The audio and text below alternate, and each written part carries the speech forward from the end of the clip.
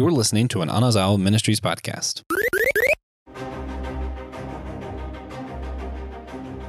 What if the Doctor took a visit to Hogwarts?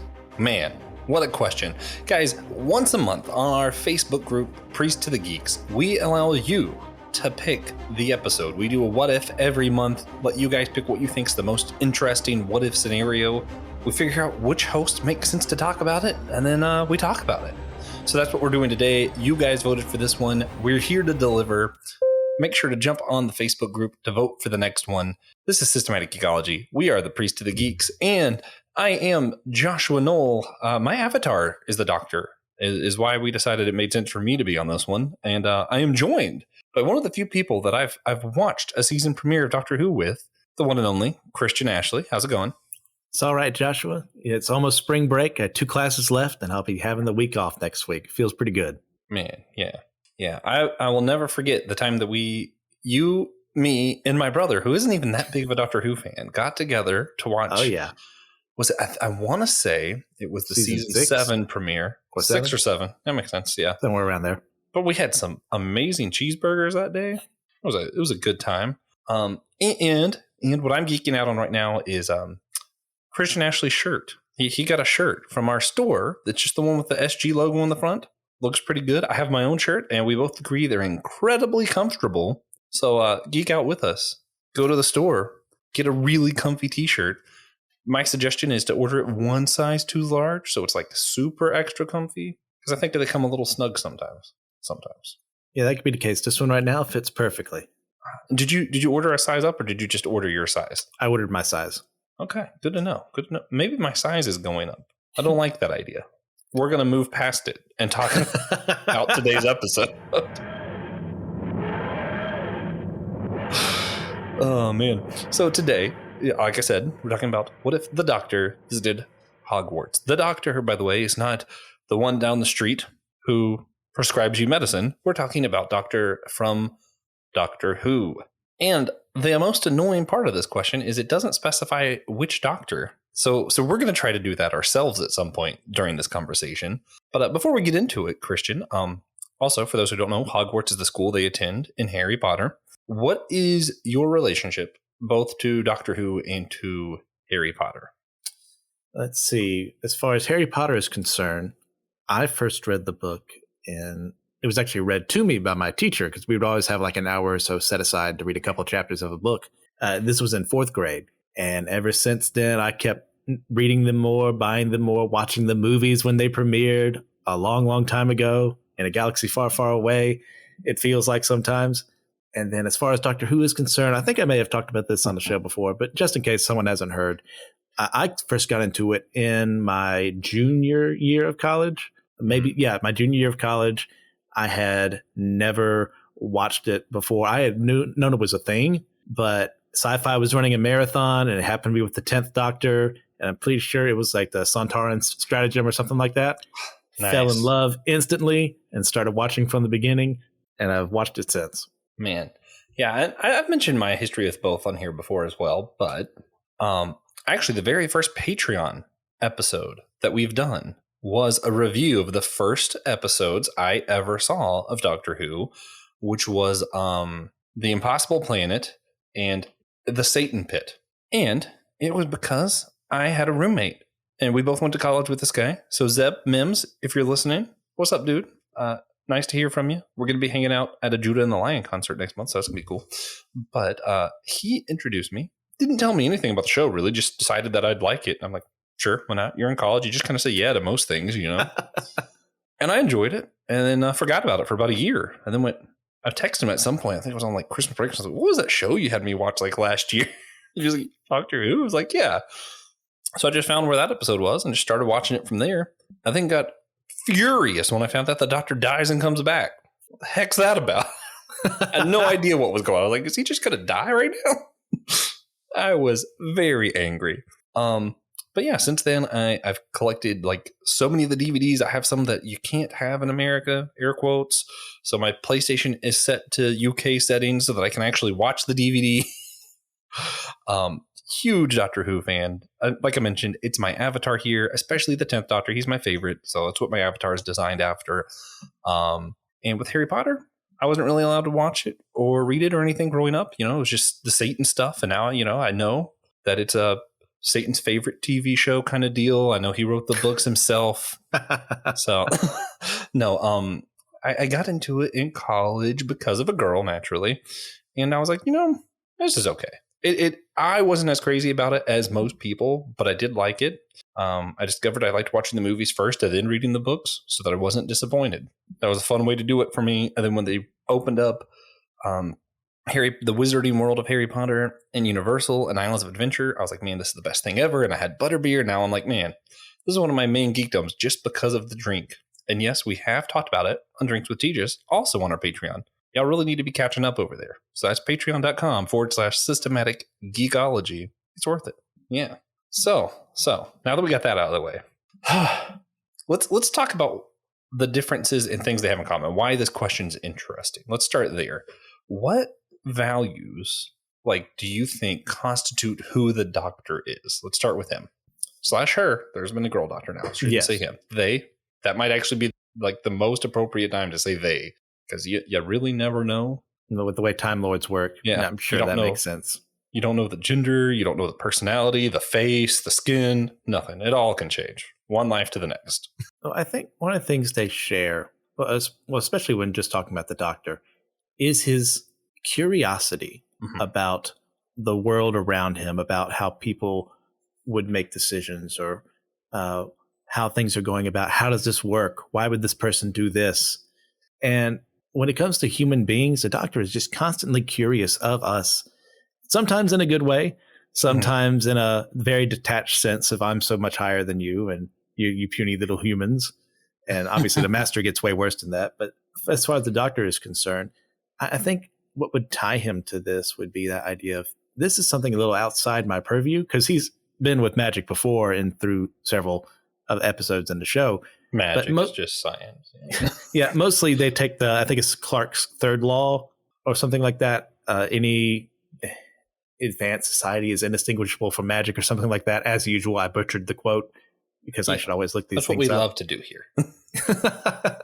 Yeah.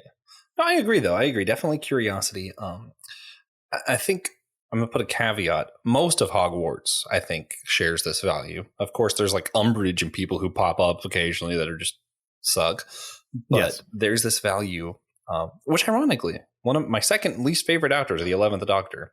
And his quote is what really solidifies this value of the Doctor for me, that he's never met someone who wasn't important before.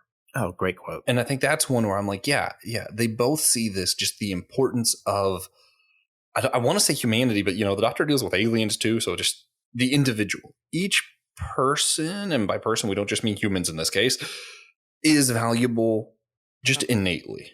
And that's something I think they both share for the most part. That's a value that you definitely see.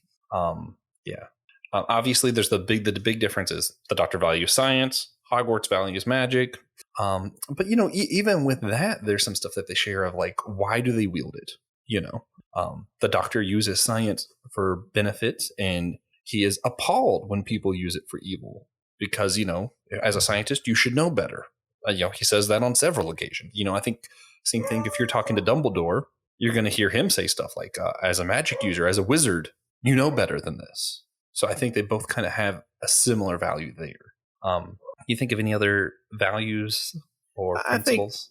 I think in a very odd sense, personal secrecy and security as well is something that they both share, because the Wizarding World by its very nature is very secluded from society. And the Doctor, even though he's interacting with things, as far as learning who he actually is as a person, we still have very little of who she is at certain points in time in regeneration history. And where did they come from? We still don't know his name. The child, that whole storyline that they just did with the flux and all that. I'm like, oh man, that was. I can say as someone, I finally watched that part. I can see why people were upset, and I'm one of them. But I'm glad I had more time to process it. Yeah, I mean, it had all the good. It had the potential, and they just, I don't know, man. But so here's a little bit of fun Doctor lore in the Doctor Who movie with the 8th Doctor. it is revealed. Also, y'all can't. I do use a lot of air quotes, which is terrible for a podcast.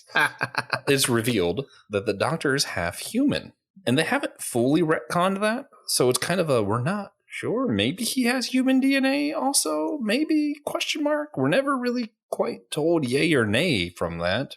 The last time I read an interview about that, I can't remember which one of the showrunners it was. They said, "Just remember, the Doctor always lies." Yeah. So that's their cop-out answer of whether or not it's true. Man, you have stuff like that, but then even in the show, they reference like stuff about his humanity or his human side and stuff, and it's like, what? What do you mean by that? Are you confirming the movie? And they never say. You never say. I mean, he's essentially an adopted human at this point in time. Yeah, he very much might be a mudblood. Perfect reference. But he definitely does show this. He cares about humans specifically from Earth. And I think one thing that makes both him and then I'll say Dumbledore and most of your Hogwarts professors really angry is someone who thinks, no, only our kind matters, right? So that's one thing he hates about the Master. The Master hates humans. He hates other races. He wants everyone to be like him. The Doctor, that's the thing that ticks. That's the Doctor's big tick, I feel like, And then when you look at Hogwarts, the big enemy is Voldemort, whose whole thing is no bloods, no muggles. If they're not pure blood wizard from one of these families, they're out, So I think it's interesting that they kind of have that in common as well. And of course, just a sense of adventure, excitement. Like it's not just, hey, I like science, let's do more science. The adventure is why he's doing the science, Yeah. And I think most of your professors and students at Hogwarts, they're not just doing it for the sake of having magic. There's something more there. Okay. Anything else? I think I've hit the well for mine. Yeah, I'm sure if we sat here long enough, I could come up with more, but I feel like those are the main ones. Well, the Doctor also has never be cruel or cowardly. And I think that probably goes for both, especially if you're talking about Gryffindors. There's the 4 different House of Hogwarts also have their own kind of individual principles, and the Doctor probably shares some in common and some not with all of those. But if we're really going to talk about what if the Doctor was at Hogwarts, we got to start with which Doctor. Like, what do we like? Obviously, he's the same person, but he has different personalities with some of these different faces. Who's going? Which one of them do you think most likely ends up in this scenario? I mean, honestly, out of we're about to have 14. Well, technically, we've had more than that, but let's just go with your standard. We're about Doctors. To have 15 at least. Yeah, let's just go with that. I could see pretty much any of them would have a reason to be here. I mean, even crotchety First Doctor would have plenty of reason to be there. But I mean, if I had to narrow it down, I'd say it would have to be either the 3rd, 4th, 10th, or 11th, maybe the 12th, just for the sake of argument. Because go ahead. Okay, I'm interested to hear your reasoning. So mine would be either the 4th, the 12th, or the 14th. The last two share the same reasoning. Okay. So, I'll start with that. I'll start with those two then. For the reason I think those two would be interesting. If you remember, the 12th was Peter Capaldi. Part of his storyline was trying to understand why he took that face, because the same actor played a different character in another spot. So he was like, wait a minute, why did I take this face? Can I control who I become? So I could easily see him visiting Hogwarts or the TARDIS taking him, because really the Doctor has basically no control over the TARDIS. He has no idea what he's doing. That is canon.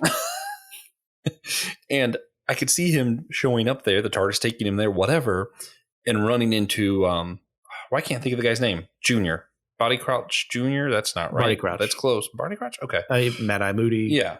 Yeah. He'd see John Hurt, David Tennant, these other faces that had been the Doctor before and go, wait a minute, what's going on here? And I could see it kind of playing into that story for the Doctor.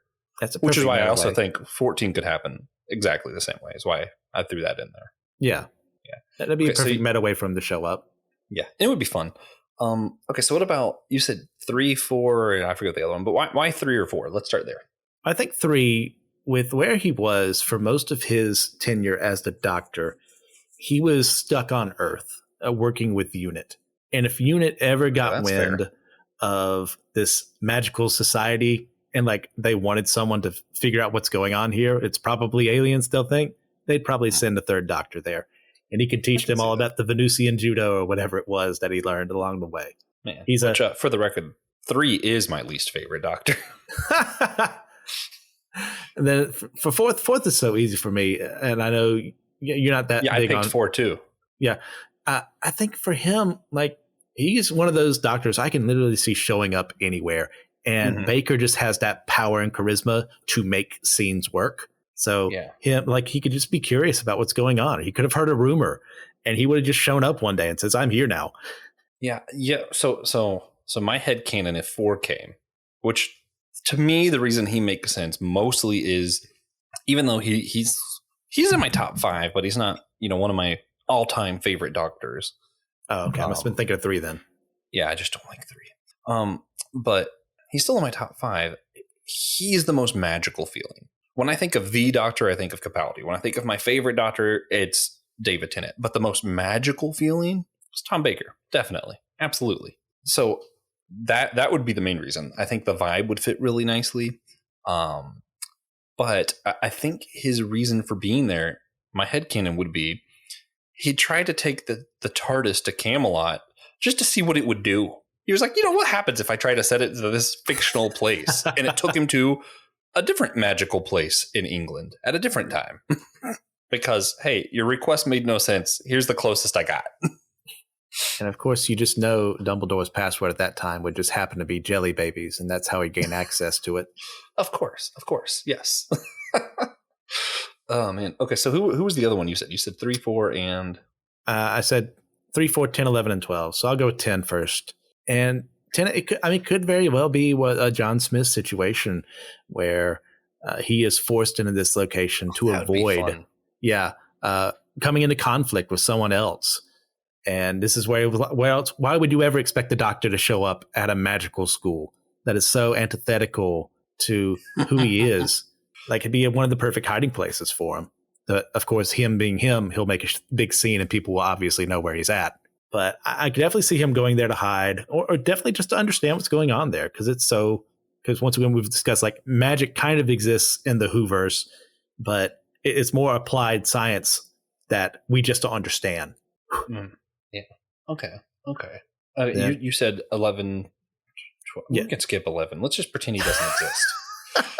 Now, 11, I could possibly see if he, and I would put 10th Doctor here for another reason.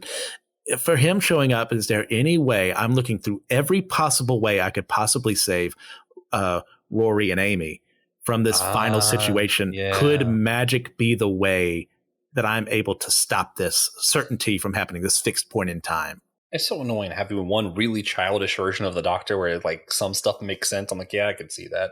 That's annoying. Anyway, so what about 12? Let's see, pretty much the same.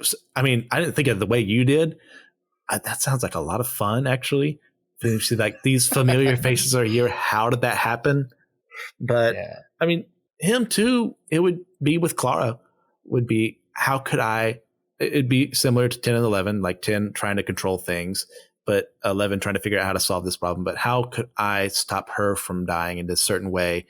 And he mentions, like, I exhausted, like, every resource or something like that. And this would be one if he knew it existed. All right, I'm going to go a different route, though. Okay, go for it. So we both picked 12 and 4. So let's stick with those two for the rest of it. I mean, the other ones were interesting. Obviously, I'd always talk about 10 if I could. Or 14. I don't know anything about them, but I already like them. Can't imagine why. Yeah. But we'll stick with 12 and 4 because that just sounds fun.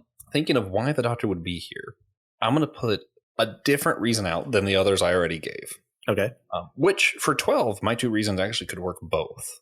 So if it was Capaldi, it could just so happen that the TARDIS brought him here and he saw these other faces. But what if the TARDIS brought him, because usually the TARDIS brings him to where there's a problem. What if, for some reason, magic isn't working, or there's a curse on Hogwarts? Ooh. And I think it would be really fun if it was something like that, where the Doctor couldn't fix it with science because it's magic, but he has to use his mind, learn things about the people there, and use kind of his wit to help them solve magic, because he wouldn't be able to do it, because he's not a wizard.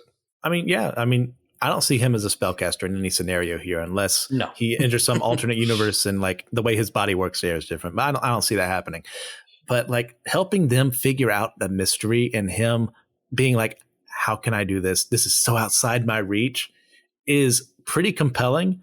So, I mean, just him interacting with the staff and the students and even being like maybe a temporary professor at that time to justify his presence there would be a ton of fun.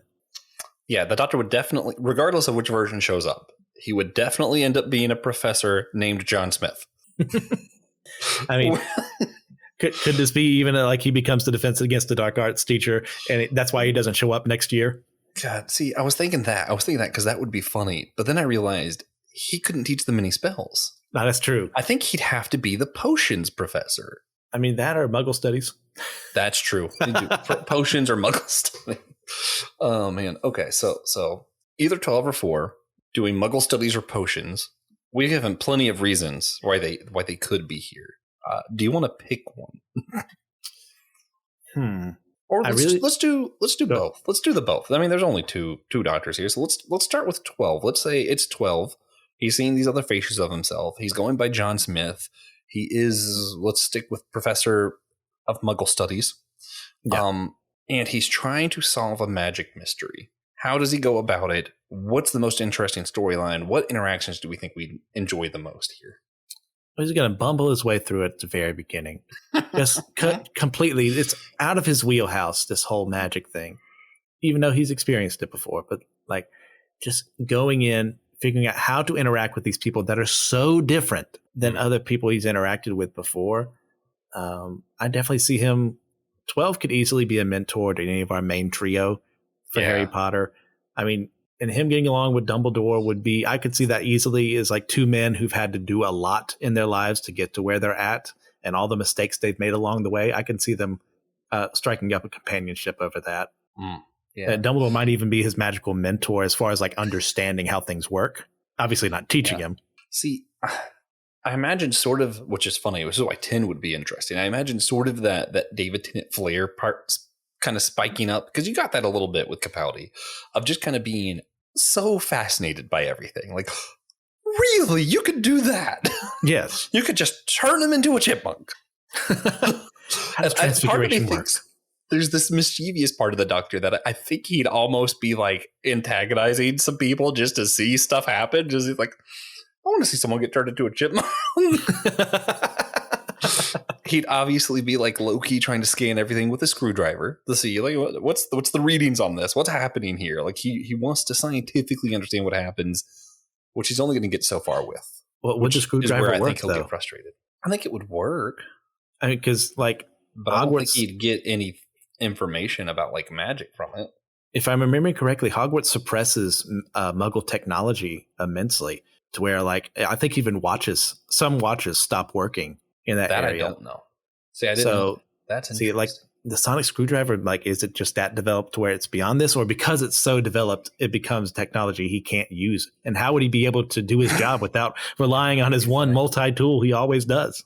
That's funny. See, now I'm intrigued because that's definitely a possibility. See, I was thinking he'd be doing some stuff with a sonic screwdriver, saying that it was a wand. You know, he would just repurpose it to look like a wand somehow. Because that sounds like something he'd do. But if it doesn't work, man, that's a whole nother beast. Which, I mean, he could do stuff without it. Especially earlier iterations, the Fourth Doctor would have no problem. They didn't use a sonic screwdriver as much back then. Man, yeah. So I think he'd be really interested. I think he'd have to tell somebody who he was. He'd have to fill someone in. And I'm thinking it's probably Dumbledore. You mentioned him having that relationship with Dumbledore. I definitely could see that. He'd probably have to fill him in. And Dumbledore would have to basically be feeding him hints. And he'd be trying to solve it while pretending like he was a professor the whole time. So you'd have Dumbledore keep going into the classroom and whispering to the professor, and the kids trying to figure out what's going on here, And of course, he'd be teaching them like something, using some kind of analogy or something, because that's what the Doctor does. And, especially Capaldi always had the blackboard, and he'd solve it while teaching. He'd be like, "Don't you see?" And everybody like, "Yes, the tortoise won the race. We get, like whatever. Like, I don't understand why this is so exciting to you." And for him, it's because he solved it. And that's when he'd go tell Dumbledore and move on. That's what I'm thinking. As far as other confidants are concerned, depending on when he shows up, I mean, I could see him going for Lupin and recognizing his inner struggle to, oh yeah, with the werewolf within, or like the person he turns into because of that. I don't know. I definitely think there'd be a respect between him and McGonagall, but I don't know if they would become confidants necessarily. God, yeah. You know what I could see that'd be really funny, since you mentioned Lupin? I could definitely see him just immediately going, that's a werewolf. He's seen werewolves before. He has a history of them. So it'd just be really fun. It's like, wait a minute. Guys, y'all know? And he's like telling everybody, like, yes, we know. I mean, I can even see a scenario where he and Snape get along to an extent. Yeah, see, I was trying to figure that one out too. But I could see he would see straight past Snape's facade, and I think he'd like who he saw. Yes. Yeah. I mean, because obviously Snape is a heavily flawed person. Well, who else is a very heavily flawed person? The Doctor is probably one of the perfect examples of that. Yeah. And seeing two broken men establish, I mean, maybe even a friendship at one point in time would be very fascinating to see. Obviously, he would also be close with Ollivander? Ollivander? Why am I having such a hard time today, man? Yeah, I think he'd obviously get close with Ollivander because he'd recognize the face. So he'd be trying to like probe him and scan him every chance he got because he's like, what? Why? Oh, A, yeah. You're selling sonic screwdrivers to people. And B, why do you look exactly like me? Or, another version of me. Yeah. And two, with Barty Crouch Jr. being obviously David Tennant, it's like, what is it about this young man here that I am so drawn towards that I took that face at one point in time? What about had I been me? Here before? I think he'd be wondering that too. Yeah. Oh, definitely. I mean, with memory erasing spells, that'd be something that could happen to the Doctor at some point in time, or even just along the many adventures he's had. How many times has he had a mind wipe or something similar to try and take every memory he's ever had? But or that time they made it canon where, like, if multiple versions of him are in the same place, some versions have to forget. Yes. I mean, that's just a thing. I mean, it would make sense too, because like obviously, well, I know what's going to happen, so why didn't the Doctor just do something to make things easier? Yeah. Well, yeah, because they didn't all remember the same things. I'm okay with that. Plot armor, that's why. Yes. So, okay. I like what we got with Capaldi here. Let's go Fourth Doctor. Let's assume same reason, some kind of mystery. What does Tom Baker's iteration of the Doctor do here?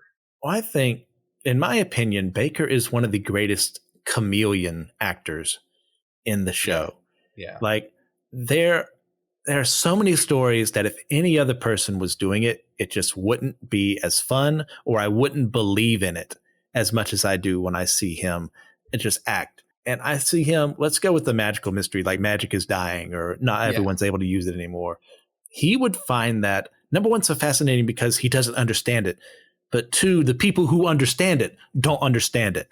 What a great chip on his shoulder to be the one who solved it. Yeah. Well, so definitely some of that narcissism I see coming through. But I'm going to counter something we said earlier. I think if any generation of the Doctor was going to be a magic user, it would be Tom Baker. I could see him doing something like a spell. And see, this is like one of those things that would happen at the end, right? He would be doing something like trying to imitate one spell just to see if he could do it. And it would happen, but then you'd see somebody else doing something similar. Or, there'd be some other thing that kind of hints at maybe there was another explanation, but maybe he did it. Who knows? I could see him kind of pulling one of those the things that annoy you of the maybe magic, maybe mundane trope is another one I'm not a fan of, but I'm so happy it made you happy. Funny. Yes.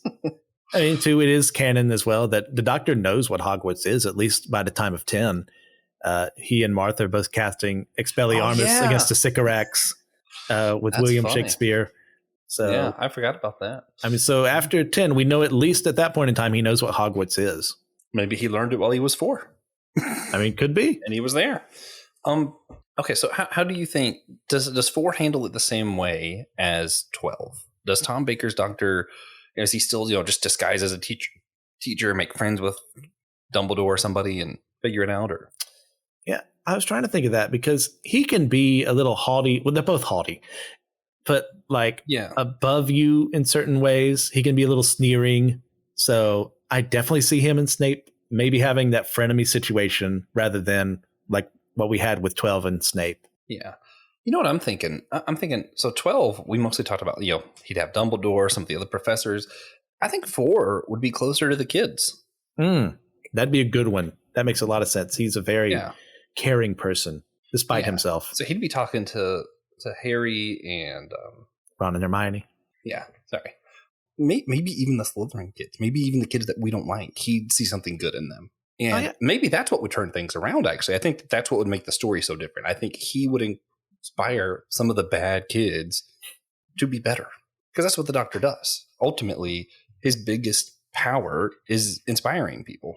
Yeah, I think the Doctor, especially 4 in that regard, would be very upset with the way things are handled. Like people talking about how Slytherin is run, how Slytherins always are. They got to be this, they got to be evil. And I think he would do everything in his power to challenge that. And that's one of the unfortunate things in the canon is that idea. If you're here, even though that's obviously not true as Rowling writes it, but the way people handle that situation, they talk about Slytherins behind their backs and even sometimes through their faces. It's like, oh, you're this, therefore I don't have to care about you. And I see the moment Baker of 4 sees that, he's going to do something like cause a scene or just go break into Slytherin, the common room, and have a pep rally there. It's definitely something I could see happening. For sure. Man. So that would be fun. And maybe then, I think if 4 was there, he doesn't solve it. He inspires Draco Malfoy to solve it. Ooh. And that would be a fun ending. That would be cool. That'd be an interesting way to go about it. Like, obviously, he sees the potential of our main trio, but he also sees potential in someone else because Malfoy's no slouch when it comes to magic. Not at all. Yeah. And he does have the potential. I think if he wasn't just so busy trying to prove he's better than everybody and was actually using his skills for something progressive, he could have been amazing. He could have been all of our favorite. Yeah. So maybe with the Doctor there, he would be. I like it. So you know what I think is interesting? Yes. In no scenario do we think the Doctor's anti-magic or hates the place for being magic. I mean, it's definitely going to be frustrating, but I don't think he hates it. Yeah. And I don't think that, obviously, Hogwarts isn't anti-science. Yeah. What's interesting, though, in real world, the biggest problem with this story for Christians is Christians have a tendency to not be a fan of either of those. We say we're a fan of science, but then anytime scientists come out and say something, we want to disagree with it. Not really a good way to show you're a fan of science, Like, of course we love science. What do you mean you came up with a vaccine? Of course you didn't. Interesting. So I think my biggest thing from our perspective, just kind of thinking about this as we're wrapping it up, is just kind of how can the church better interact with science and magic? Since we see here, I don't think the two, if they were both real, I don't think that kind of magic's real. I don't think they'd have a problem with each other. Religion's where the problem comes in. Well, it's very interesting how magic is in this world because it's not being channeled from somewhere else, which is where you look in scripture, you see that is the magic that is being decried and rallied against, saying, do not participate in this. It is using the powers of something else to cause harm to the world, to cause yourself to become greater. And magic in Harry Potter basically works like sorcerers in D&D. It's like you're born with it. It's like, and like it's just an inherent part of themselves. And I would see that as a natural form of just creative energy that could be used for good or ill.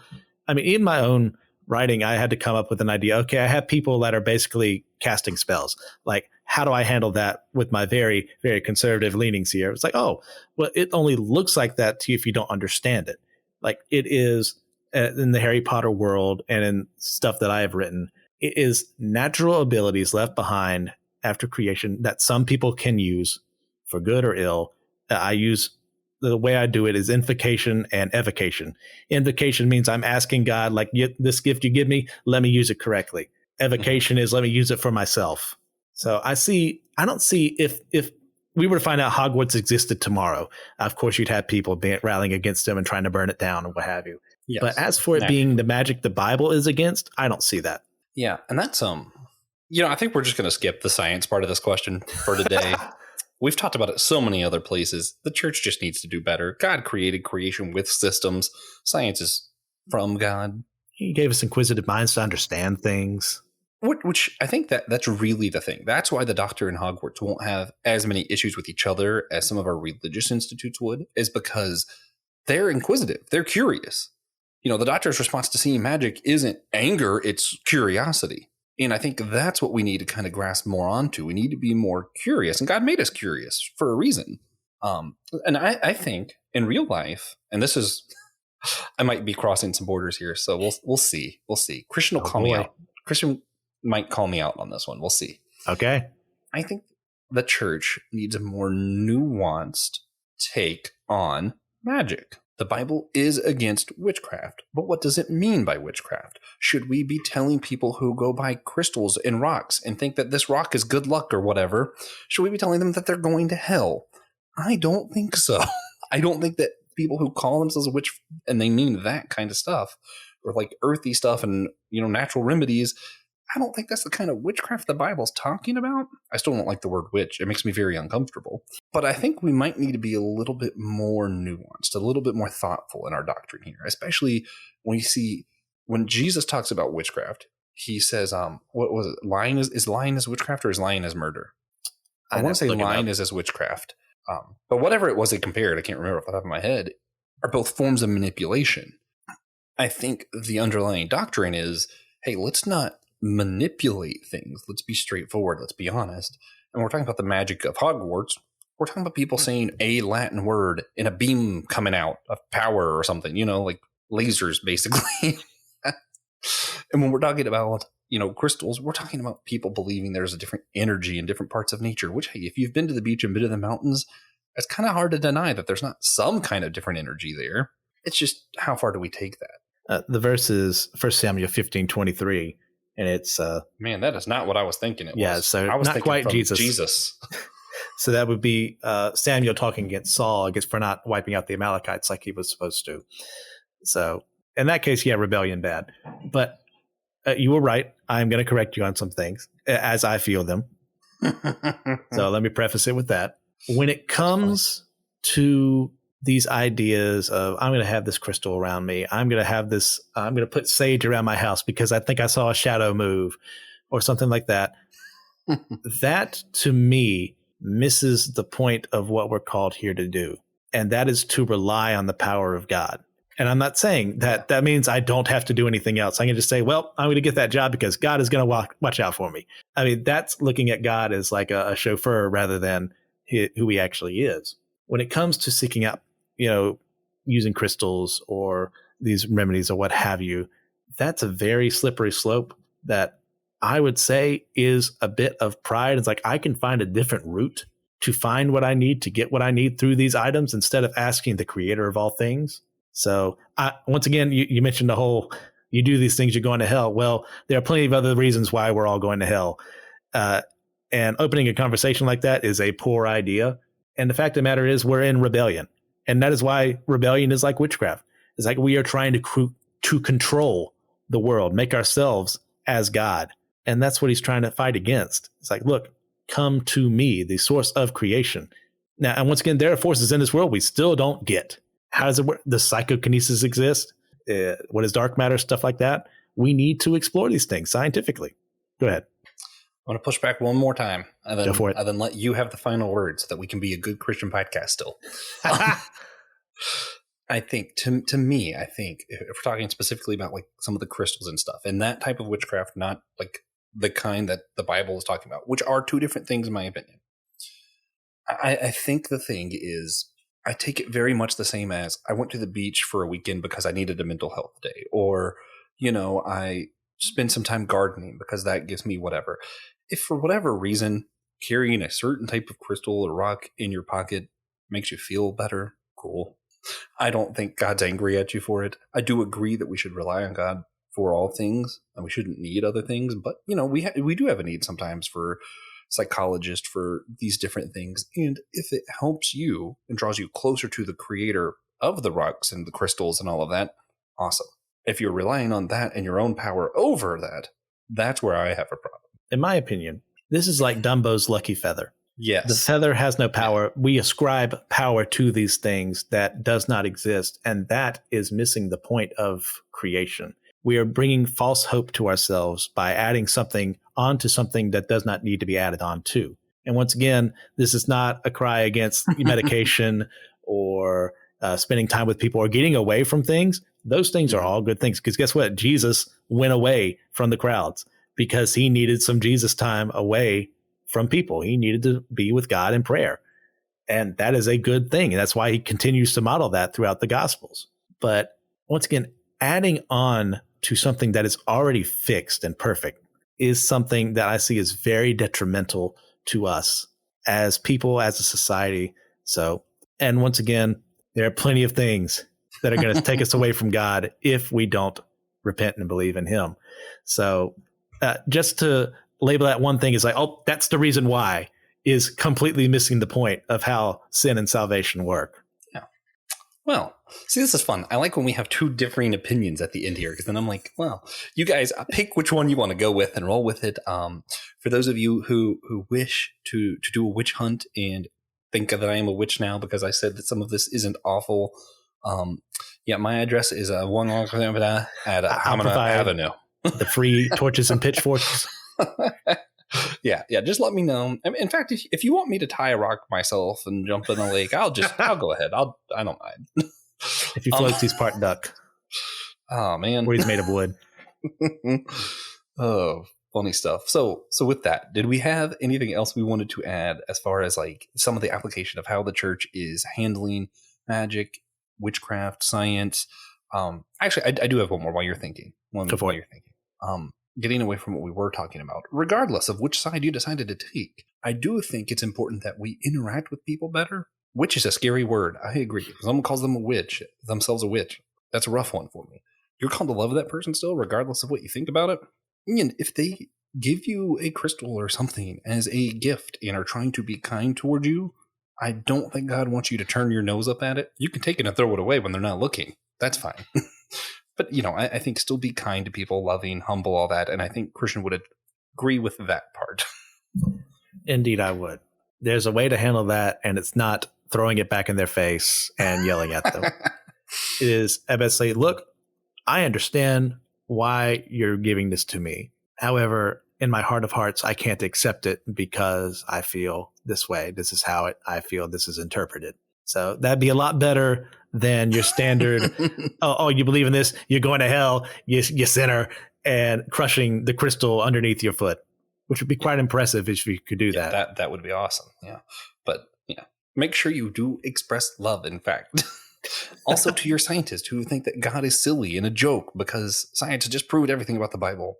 Have meaningful conversations, but if they're just hating on religion, usually there's something else there. Just love people. That's all I want y'all to do, really.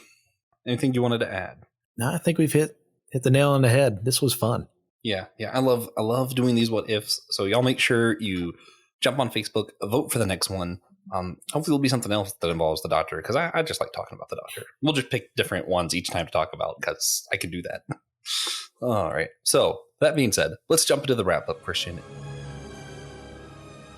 If you had to give a single recommendation for everybody out there, whatever, comics, video games, whatever, what are you recommending today?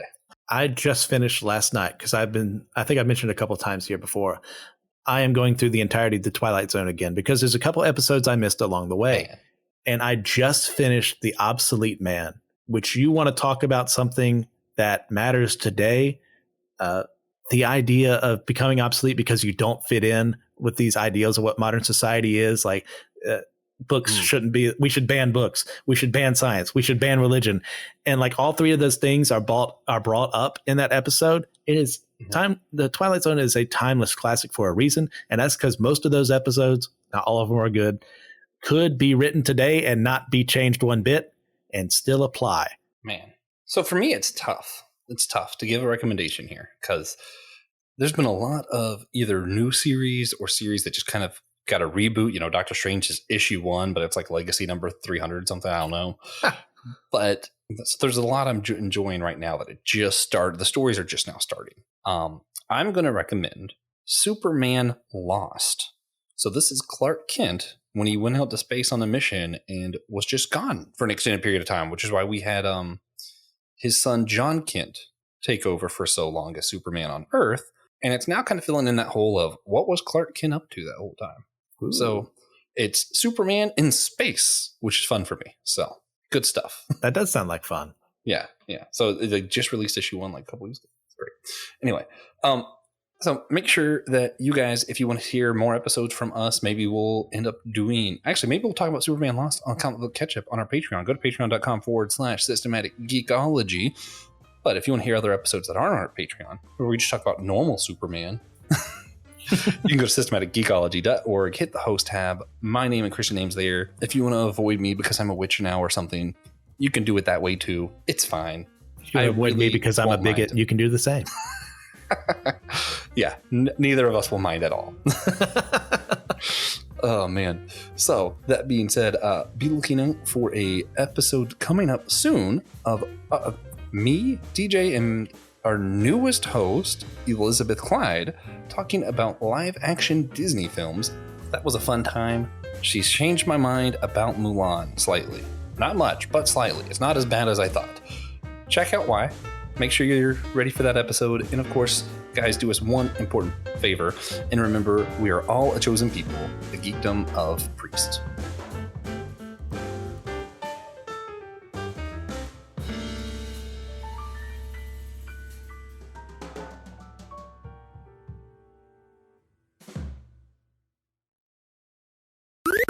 This was an Anazao Ministries podcast. If you enjoyed this show and would like to learn more about our network, be sure to check out the Anazao Ministries podcast network.